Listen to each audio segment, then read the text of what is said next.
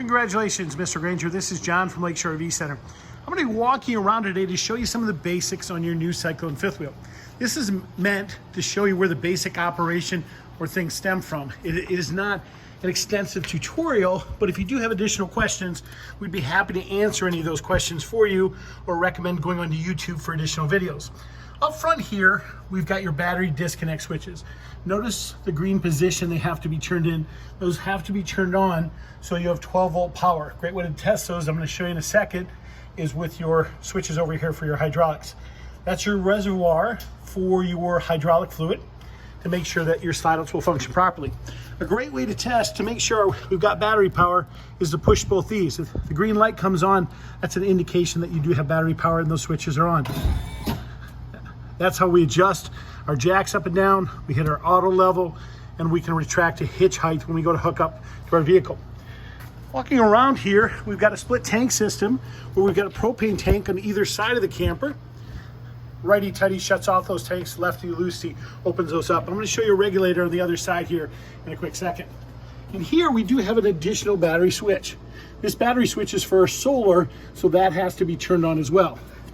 Back here, we've got a water pump switch that'll allow you to turn on your water pump. And depending on the operation that you want, is the position you have to turn the valves in. You can see by this simple guide, if we want to hook up for dry camping, we simply rotate these two valves up and the white one down. This is where we hook up for our city water connection. White water drinking hose comes through here, and this is our black tank flush right from there.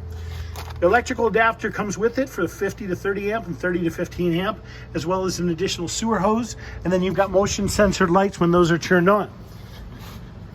Gray and black tanks are controlled through those valves right there. That's how you open up those to empty those. Your on demand, your hot water heater is not on demand. It does have a tank for it, and that's all controlled here. 7/8 inch socket, we'll remove that plug right there. And to check to make sure you have water flowing through, all you do is simply squeeze this and look for water. Air in that situation, we want to make sure we don't turn on the hot water heater tank, because of course with air and no water you could simply burn up the tank. Okay, it is a good idea to check the lug nuts on the tires after the first 250 miles, as they can become loose. We do torque those down to make sure that those are properly and safely secured. Additional valves back here at gray tank number 2 for the back of the camper. This is your additional bathroom that you have in back, and those are right down in there. Additional black tank flush, and of course there's an additional discharge for that. It's got a separate discharge from the front, of course, which does mean you have to use a wire adapter if you want to interconnect those. You've got dual fuel tanks in back. The front tank is for your generator, the back tank is your reserve tank, and your dispensing nozzle where you can dispense from back to front. That's how you turn on your dispensing nozzle. This is your power cord wheel.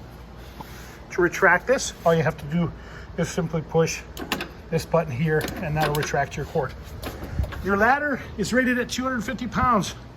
Please do not exceed that, as you don't want that to pull out from this side of the camper. To put the patio down and back, you simply pull this out, rotate those around.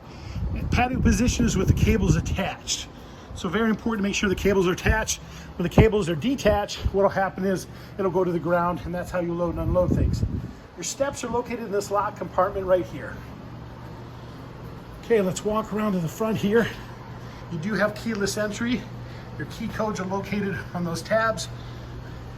And of course, you get multiple sets of keys as well. Let's go up front here. We've got a pull-out stove and a quick connect gas line. Quick connect gas line attaches right below underneath here. To pull out the stove, we simply depress these tabs and the stove will come sliding out. Your TV, exterior TV, that slides out on this rail system right here, and it slides back in and is stowed away. Okay, the auto regulator I was mentioning earlier is located back of this corner. Kind of hard to see that, but you'll notice the green